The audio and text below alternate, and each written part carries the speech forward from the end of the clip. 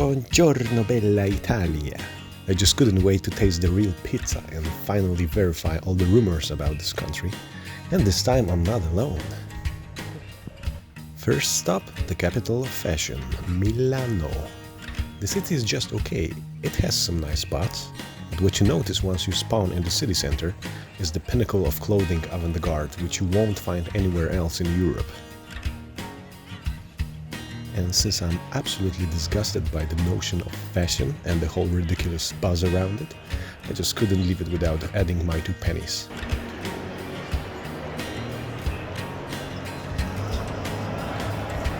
What the fuck? My car is worth like this amount of money. If you have spare 20,000 euros, here's what Milano has to offer. A freaking Transformer Optimus Prime costume. Everyday homeless person winter uniform in a beautiful color of diarrhea. Heels that makes you look like a construction worker accidentally poured a concrete on your feet. A proper frog costume. A proper millennial frog costume. Minecraft addicts furniture. Instant sex appeal killer boots / a pink rapist repeller. And last but not least, look how filthy rich whore I am boots. Heading south as you get to the coast, there's the famous Cinque Terre, 5 small neighboring cities on the beautiful green slopes that hangs above the sea. A quick tip for you, if you are in a hurry, you don't need to see all of them, because they are basically very alike. Just head to the last one, Rio Maggiore, by far the most beautiful. And now, the famous Pisa. I always thought it's a super beautiful white ancient city with coherent architecture. But no, it's actually a small ugly town with no charm whatsoever, and in the middle of it, behind a high wall, there's this weird place. You feel like you were shrinked and put inside a 3D printed mock-up. Everything has a surreal feel. And obviously the tower leans at some crazy angles, so you really shake your head with disbelief. Next is Florence. This city has a spirit. Wineries on the outskirts, some cool medieval architecture and this yellow theme color. But the most awesome aspect of Florence is not immediately visible. You need to wander the small streets and search for the hidden gems, which are the shops and boutiques of various craftsmen and artisans. I have never seen so many incredibly beautiful and original objects. Just take a look at this magical place. It's like Dumbledore's office or something.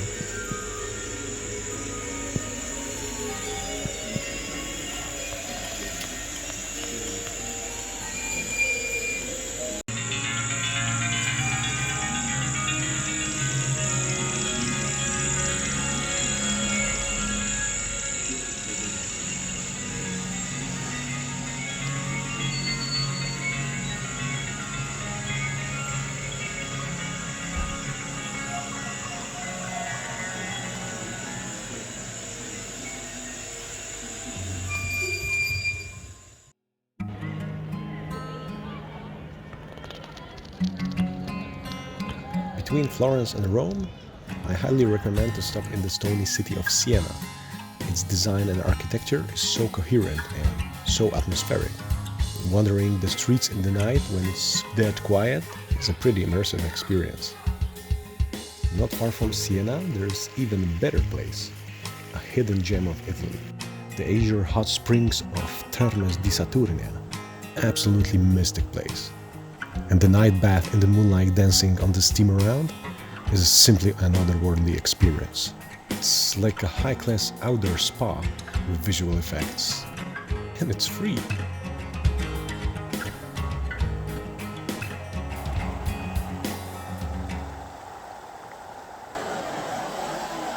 And now time for the city, Rome.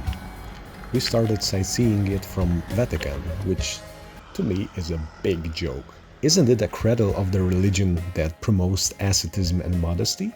So what's up with all these bling bling glamour in the Vatican interiors? Don't you think it's a disgusting hypocrisy? Also, the police here is super rude. We run away from this little hell quickly. But what's cool about Rome is that you feel the presence of great civilization that used to live on this land. Especially around the Forum Romanum. Just narrow your eyes and imagine this place being a regular city market, a street full of Romans doing their everyday things here. Amazing. But all in all, I wished Rome would be more like Siena, very coherent, old school, because if you cut out these few ancient buildings, you will end up with just an average looking city. Okay, we arrived at Naples. We parked at the outskirts, sat down on this beautiful spot and started wondering what kind of epic ancient architecture are we gonna meet in the city tomorrow. And it was the biggest shock I've ever experienced during my journeys. We couldn't believe that we are still in Italy. We thought that we got accidentally teleported to the Indian suburbs.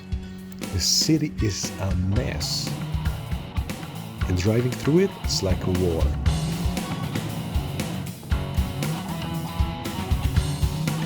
The crime rate in the city is enormous. We felt unsafe all the time and I was advised not to park my car in certain regions, unless I want to lose it.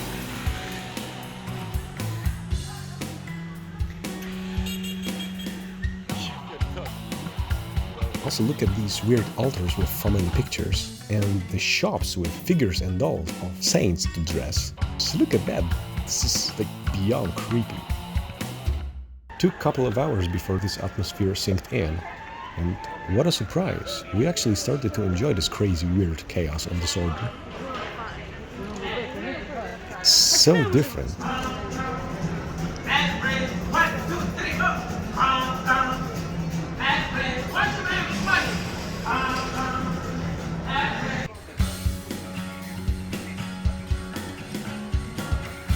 And we actually promised ourselves that we'll be back someday. Mainly because we ate here the best pizza in the world, period. Pizzeria da Michele, ladies and gentlemen. The neighborhood is ugly, the local itself is ugly, the staff is rude, the queue is always big, but the €5 price is some ridiculous bargain for this work of art.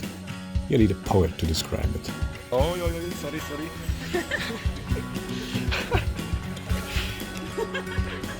With our stomachs full, we parked the van on top of the giant that guards the city, Etna volcano.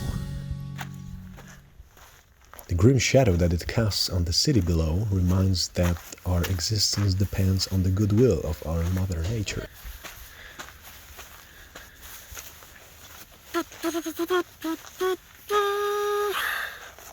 Who's there? Steam coming out of this half-kilometer wide crater creates a slight feeling of insecurity, but the sunrise on Etna is amazing.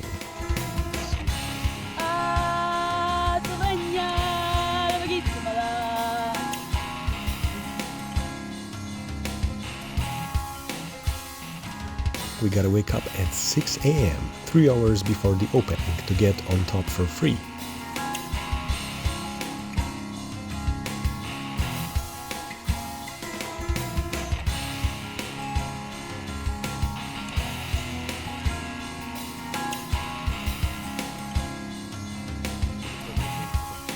The volcano has a certain feature that we really liked.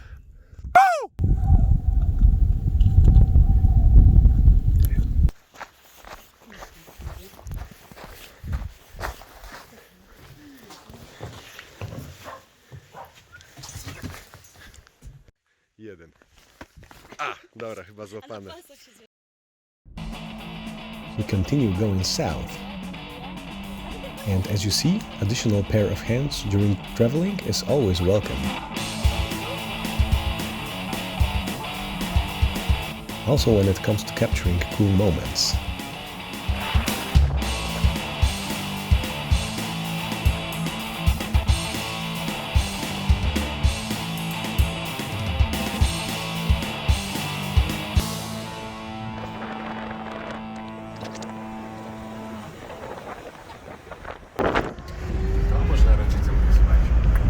And here we are, Already the road to this place were amazing. Meet the city of Positano on the beautiful Amalfi coast. This is one of the most, if not the most picturesque city I've ever seen in Europe. Its narrow, colorful streets hide shops with quality souvenirs and restaurants. The atmosphere here is as colorful as the city itself.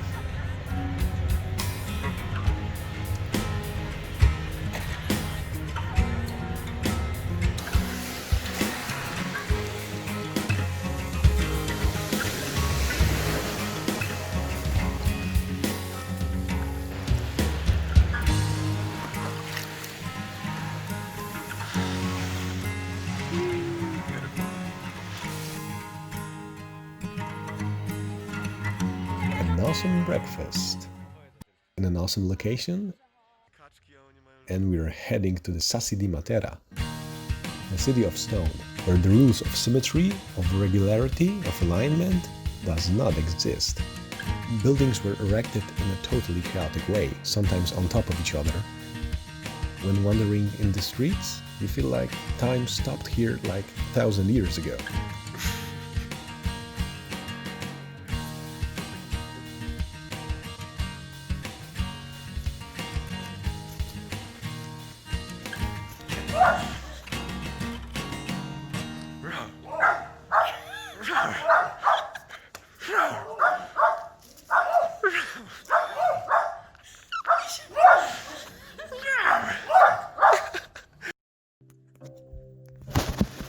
Time for a little jam before the sleep.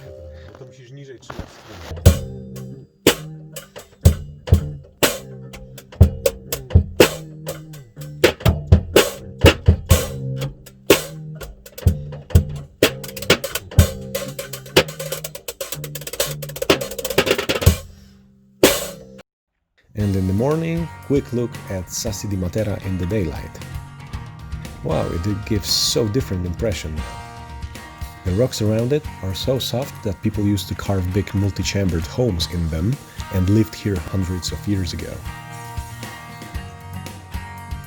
Damn, just a couple of wooden gates, some simple furniture, and I could easily live here.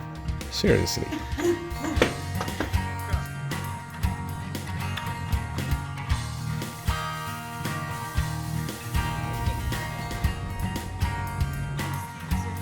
What do you think these incredibly strong lights illuminate? Bam! Romans did not seem to have any limitations when it comes to building things, because they built a waterfall.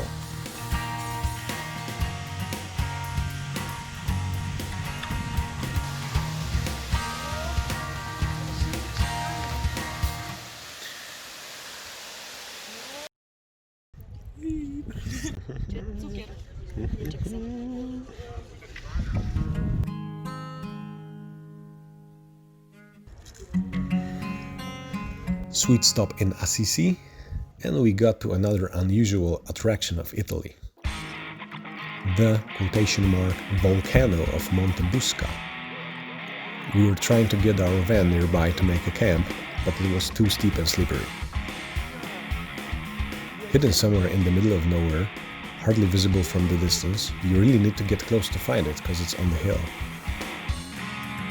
I left the van near the street and went to the nearby ruins of a house to bring some materials to build a shelter that would protect us from wind. This is simply the best fireplace in the world. And it's infinite. So what this place actually is, it looks like a regular campfire. Technically it is a campfire, but it's infinite. So how come? Here's the deal. There's a small but deep hole in the ground through which methane escapes. And when it reacts with the air, it combusts, creating a perfect campfire. It does not leave any smoke, it does not go out, it burns with the same intensity throughout the years. How epic is that? Yeah. Once you see it and you realize that it's actually no wood or coal that burns, you just cannot believe it.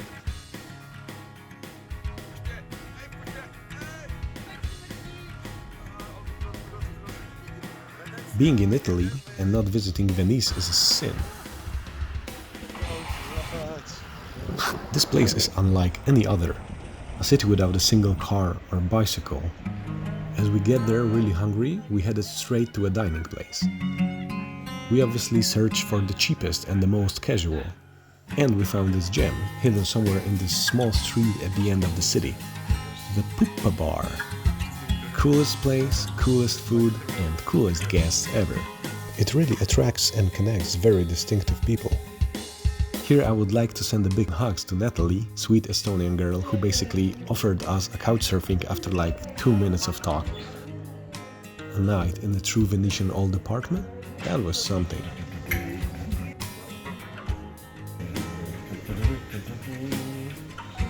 And the creator of the burger himself.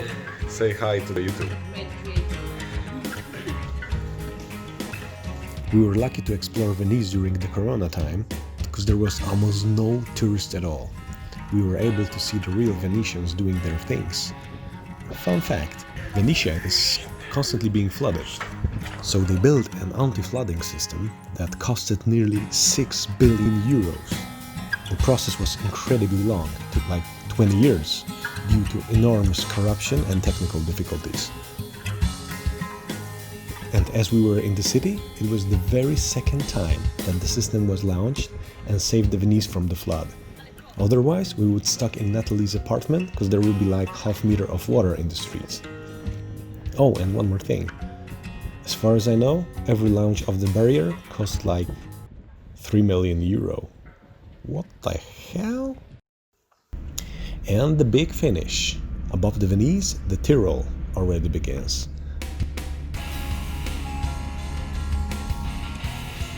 My plan was to hike in the Dolomites, but sadly the roads leading to the upper parts of the mountains were so slippery because of the snow and ice that my van with summer tires was not able to climb them. We were devastated.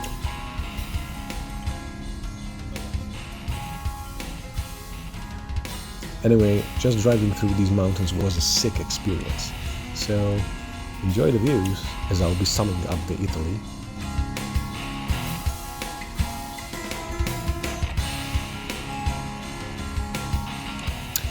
Okay, so it's not a surprise that I think the country is awesome, right?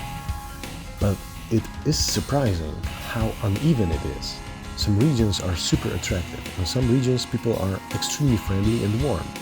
But there are also equal amount of really ugly cities and landscapes that basically don't look like a part of Italy. Also, people in some regions are literally like of a different nationality, missing the typical Italian cool characteristics. It's both an advantage, as you have a huge variety of experience, but also a disadvantage, because you can't make up your mind whether you love or hate Italy and the Italians.